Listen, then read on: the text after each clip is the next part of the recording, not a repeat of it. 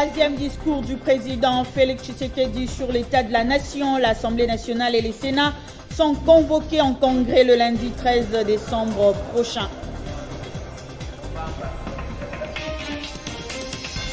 Lutte contre la quatrième vague de la Covid-19 en RDC. Des nouvelles mesures sont attendues ce dimanche. C'est ce qui ressort de la réunion tenue samedi entre le comité multisectoriel de lutte contre la Covid-19 chapeauté par le chef de l'État Félix Tshisekedi. En sport, football, Coupe de la Confédération d'ACAF, les Congolais seront face à leur destin ce dimanche 5 décembre. Mazembe sera reçu par Marimo Galant en Afrique du Sud. Maniema Union devra faire une nouvelle figure en Égypte face à Pyramide FC et après sa défaite à la maison, le Daring Club Motema Pembe va recevoir Gendarmerie du Niger au stade des Martyrs. C'est l'heure de vous informer. Bienvenue à tous sur Télé 50. À la une de l'actualité ce dimanche, l'Assemblée nationale et les Sénats sont convoqués en congrès pour l'audition du discours du président de la République sur l'état de la nation le lundi 13 décembre prochain. Ce discours permet au président de la République de faire un état des lieux sur la marche du pays. Il s'agira cette année du troisième discours de Félix Tshisekedi sur l'état de la nation depuis son élection à la magistrature suprême. Et puis, lutte contre la quatrième vague de la Covid-19 en RDC. De nouvelles mesures sont attendues ce dimanche. C'est ce qui ressort de la réunion tenue samedi au comité multisectoriel de lutte contre la Covid-19, chapeauté par le chef de l'État Félix Tshisekedi et le Premier ministre Sama Lukonde. Ces mesures sont prises pour protéger et rassurer la population, rapporte Patrick Mouyaya, ministre des Médias et porte-parole du gouvernement. La nouvelle a été annoncée tard ce samedi soir par le porte-parole du gouvernement à l'issue d'une longue réunion présidée par le chef de l'État Félix-Antoine Tshisekedi avec le secrétariat technique de la riposte contre la pandémie de Covid-19 ainsi que les task force présidentielles ad hoc. Face à l'apparition du variant Omicron en Afrique australe, le comité multisectoriel dirigé par le Premier ministre Jean-Michel Sama Lukonde est venu présenter le rapport de la situation auprès du chef de l'État. La question a été étudiée dans toutes ses dimensions, selon le ministre des Médias et porte-parole du gouvernement qui fait le compte rendu. Patrick Mouyaya précise que les mesures qui seront rendues publiques ce dimanche ont été prises pour protéger et rassurer la population et accroître la couverture vaccinale, principal pilier de lutte contre la Covid-19. Pour l'instant, aucune indication n'a été donnée sur la nature des nouvelles décisions. Jusqu'ici, un couvre-feu de 23h à 5h est en vigueur. Des bistrots et restaurants sont ouverts au public tout en respectant les mesures barrières ainsi que l'organisation des fêtes en communauté. Cet échange s'est déroulé après la rencontre entre les experts et le Premier ministre Sama Lukonde le 30 novembre dernier pour analyser la situation. Le gouvernement congolais veut éviter au pays la quatrième vague de la pandémie de Covid-19. Et après la tenue des grandes commissions mixtes RDC Angola et RDC Namibie, Kinshasa et Brazzaville se préparent pour la tenue de la 12e grande commission mixte RDC République du Congo. Didier Manzenga Mukanzu, ministre de l'intégration régionale de la RDC, et Denis Christel Sassou Nguesso, ministre de la coopération internationale du Congo-Brazzaville, ont échangé à Brazzaville à ces sujets. Les relations entre la République démocratique du Congo et la République du Congo sont au beau fixe. L'heure est à la préparation de la 12e grande commission mixte RDC République du Congo qui se tiendra à Brazzaville dans les tout prochains jours.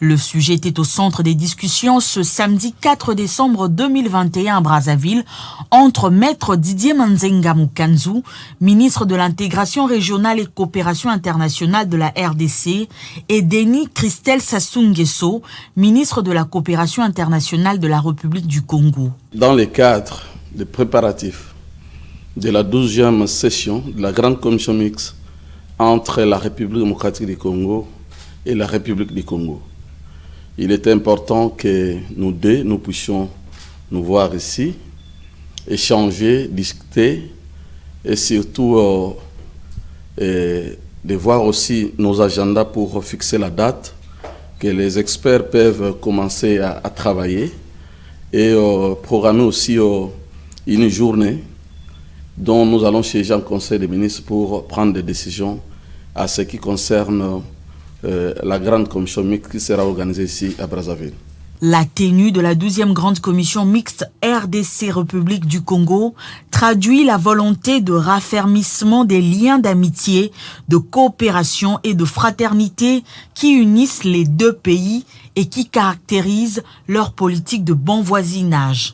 Pour rappel, la 11e grande commission mixte RDC Congo-Brazzaville s'était tenue du 21 au 24 janvier 2008 à Kinshasa. Ces assises s'inscrivent dans le cadre de la mise en œuvre de l'accord général de coopération signé le 14 mai 1974 entre Kinshasa et Brazzaville. Au Maniema, une commission de contrôle de l'Assemblée provinciale va être mise en place pour être fixée sur tous les fonds d'investissement reçus jusqu'à ce jour par le gouverneur intérimaire. C'est une décision prise lors de la séance plénière du samedi 4 décembre. Dans sa motion incidentielle, le député provincial Djanga Dimanja Félix évoque les premiers montants chiffrés à 1 milliard de francs congolais reçus par le gouverneur ad intérim du Maniema et annoncés par lui-même au mois de juin dernier en termes de fonds d'investissement. Ainsi, cet élu veut voir clair sur la gestion de ces fonds, y compris ceux alloués par les fonds pour la réhabilitation des routes. À cet effet, Djanga Dimanja Félix voudrait qu'une commission de contrôle soit mise en place en vue d'enquêter sur tous ces éléments, en y ajoutant l'évaluation des travaux d'entretien de la voirie urbaine de Kasongo ainsi que celle de Kibombo. Connaître le montant alloué par le fonds pour la réhabilitation des routes et préciser les axes routiers ciblés pour bénéficier des 10 fonds.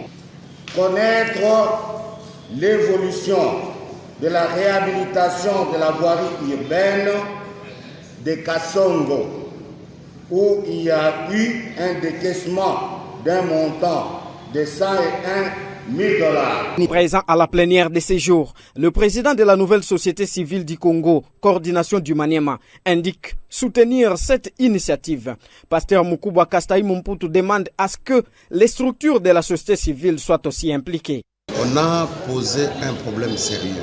Le fonds reçu par le gouverneur de province. Si l'Assemblée provinciale veut connaître comment ces fonds ont été utilisés, ce n'est que justice. Mais pour nous, à la nouvelle société civile, nous allons demander à l'Assemblée provinciale de ne pas se limiter seulement à leur propre commission, mais que cette commission puisse intégrer à son sein aussi le membre de la société civile pour que nous puissions voir au clair. Signalons que c'est depuis 6 mois qu'Afan Idrissa Mangala est à la tête de la province du Maniema et les informations concordantes indiquent que la province du Maniema bénéficie chaque fois des fonds d'investissement.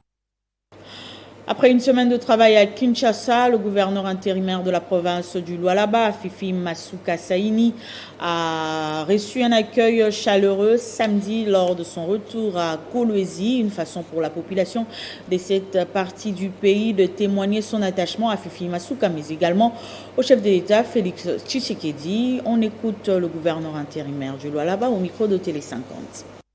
Qu'est-ce qu'on ne peut pas dire à cette population? C'est les mots qui nous manquent. Le mot me manque pour dire merci. Je suis vraiment émue, sans oublier de dire aussi merci au chef de l'État. Le chef de l'État qui nous a reçus, qui nous a donné des instructions, en tout cas d'amour pour son peuple de Lualaba. Il nous a instruits, il veut voir un peuple qui est en train de dormir sur le minerai se réveiller aussi dans la joie. C'est une lourde tâche de donner le bonheur à un peuple qui a passé beaucoup d'années dans cette grande souffrance. Mais nous croyons en Dieu, nous croyons en Félix Antoine Tshisekedi Tshilombo. Nous savons que lui, il avait mis ce pays entre les mains de Dieu et son vœu que le bonheur puisse ressortir dans la population. Nous pensons qu'ensemble, nous pouvons le faire. Nous pensons qu'ensemble, nous pouvons faire les routes parce que c'est là où il a insisté. Il a dit pour qu'on ait le bonheur, nous devons avoir de routes. Nous devons relier Kolwezi à Dilolo, Kolwezi à Sandoa, Kolwezi à Kapanga, Kolwezi à Lubudi, Kolwezi à Muchacha. C'est ce que nous allons faire. Et je demande à tout le monde de se mettre au travail. Le travail commence, le travail est en train de continuer avec Félix Antoine. Notre Dieu est son Dieu. Nous pensons que nous allons faire des merveilles pour le peuple du Lualaba. 5 décembre 2013, 5 décembre 2021, 8 ans jour pour jour qu'est décédé Nelson Mandela à l'âge de 95 ans depuis son domicile à Johannesburg, militant anti-apartheid, prisonnier politique, prix Nobel de la paix, premier président d'Afrique du Sud post-apartheid. Madiba demeure une icône dans le pays, un modèle de lutte contre l'inégalité sociale en Afrique. Il a laissé un héritage politique important.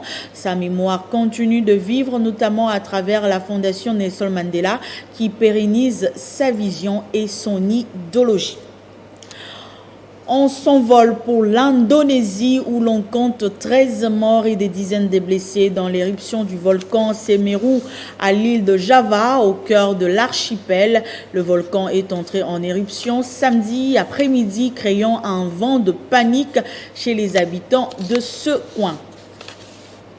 Ouvrons à présent notre page sportive football, Coupe de la Confédération de la CAF. Les Congolais seront face à leur destin après une prestation timide lors de la manche allée des barrages. Avec son unique but marqué à la maison, Mazembe sera reçu par Morimo Galan en Afrique du Sud. Maniema Union devra faire une nouvelle figure en Égypte face à Pyramide FCC. Et après sa défaite à la maison, le Daring Club Motema Pembe va recevoir Gendarmerie du Niger au stade des Martyrs après un mauvais voyage à Niamey. Le club congolais vont jouer leur va-tout s'ils espèrent continuer l'aventure sur les continents africains avec la Coupe de la Confédération de la CAF.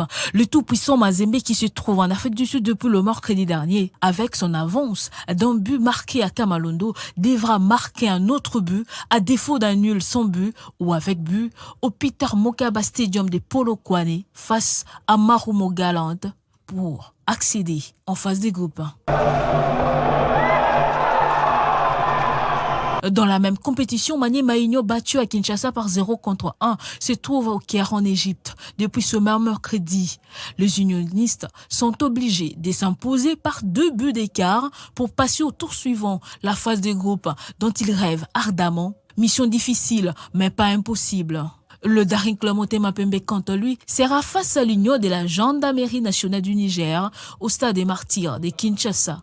Les Imaniens vont tenter de faire la remontada après la défaite à l'aller sur la note de 2-0. Un dimanche donc décisif pour les représentants congolais sur le continent. Et puis c'est une semaine passée dans les provinces du Bas-Ouélé et du Haut-Ouélé. Le ministre des Sports est allé s'enquérir de l'évolution des activités sportives dans le Congo profond. Résumé de son séjour de travail dans ce reportage. Regardez. Profitant de son séjour dans le Bas-Ouélé, le ministre de Sport et Loisirs a passé au pain de fin les activités de son secteur dans cette province située au nord de la RDC. Serge Condé s'est d'abord entretenu avec le ministre provincial de Sport. Ce dernier a présenté au patron de sport les difficultés auxquelles il fait face sur le plan des infrastructures et sur le plan administratif. En réaction, le ministre national du Sport et Loisirs lui a fait la ferme promesse de prendre, dès son retour à Kinshasa, un arrêté qui va permettre au Bas-Ouélé de jouir pleinement de son autonomie dans le domaine sportif, lui qui dépend encore aujourd'hui de la province de la Chopo. Sport dans le Bas-Ouélé, les attentes, les compétitions sont en marche. Malgré les difficultés qui ne manquent pas, malgré les enclavements, les sports existent. Et il y a des talents dans le Bas-Ouélé. Ensuite, le ministre de Sport et Loisirs a échangé avec les autorités coutumières venues lui apporter leur soutien au vu des importants enjeux à venir dans le secteur qu'il gère au sein du gouvernement. Au jour d'aujourd'hui, la discipline sportive de la République démocratique du Congo est en train de prendre l'ascenseur vertigineuse on sera partant à la Coupe du Monde, alors qu'on nous l'a toujours appris par l'histoire. Arrivé à Isiro, dans la province voisine du Haut-Uélé, Serge Condé, qui visiblement n'a pu passer inaperçu aux yeux des sportifs, s'est vu réserver un accueil délirant par ce dernier. Il a ensuite, avec le président de l'entente provinciale de football du Haut-Uélé, passé en revue la pratique du sport roi dans cette province avant de s'adresser à la population à l'esplanade de l'aéroport. Ce journal est terminé. Place au rappel de titres. Troisième discours du président Félix Tshisekedi sur l'état de la nation. L'Assemblée nationale et les Sénats sont convoqués en congrès le lundi 13 décembre prochain. Lutte contre la quatrième vague de la Covid-19 en RDC. De nouvelles mesures sont attendues ce dimanche. C'est ce qui ressort de la réunion du comité multisectoriel de lutte contre la Covid-19, chapeauté par le chef de l'État Félix Tshisekedi. Et puis en sport, football, Coupe de la Confédération de la CAF, les Congolais seront face à leur destin ce dimanche 5 décembre. Mazembe sera reçu par Marimo Galan en Afrique du Sud. Maniema Union devra faire une nouvelle figure en Égypte face à Pyramide FC. Et après sa défaite à la maison, le Daring Club Motema Pembe va recevoir Gendarmerie du Niger au stade des Martyrs. Merci de nous avoir suivis et bon dimanche. L'info est en continu sur télé50.cd et sur la bande défilante.